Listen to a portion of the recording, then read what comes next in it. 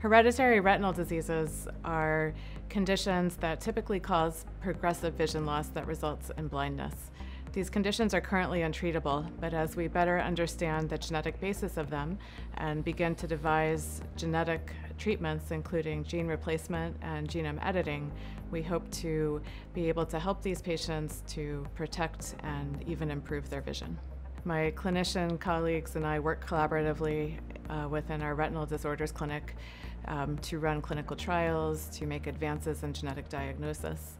And we work in close collaboration with the Ocular Genomics Institute, which is a research entity within Mass Eye and Ear dedicated to understanding the genetics and the mechanisms of hereditary retinal disorders.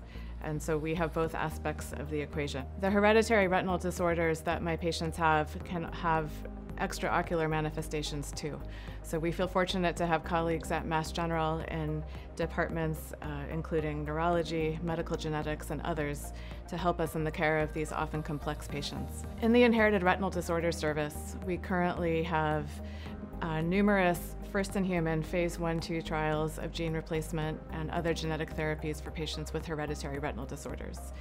These therapies are testing new strategies for the genetic treatment of these diseases, including the type of gene replacement, but also moving into genome editing, the first use of CRISPR-Cas in vivo in patients, and then moving beyond DNA to try to use therapies like antisense oligonucleotides to work at an RNA level. With these trials and with the early results from them and the trials that will hopefully follow, we hope to bring more and more advanced therapeutics to our patients.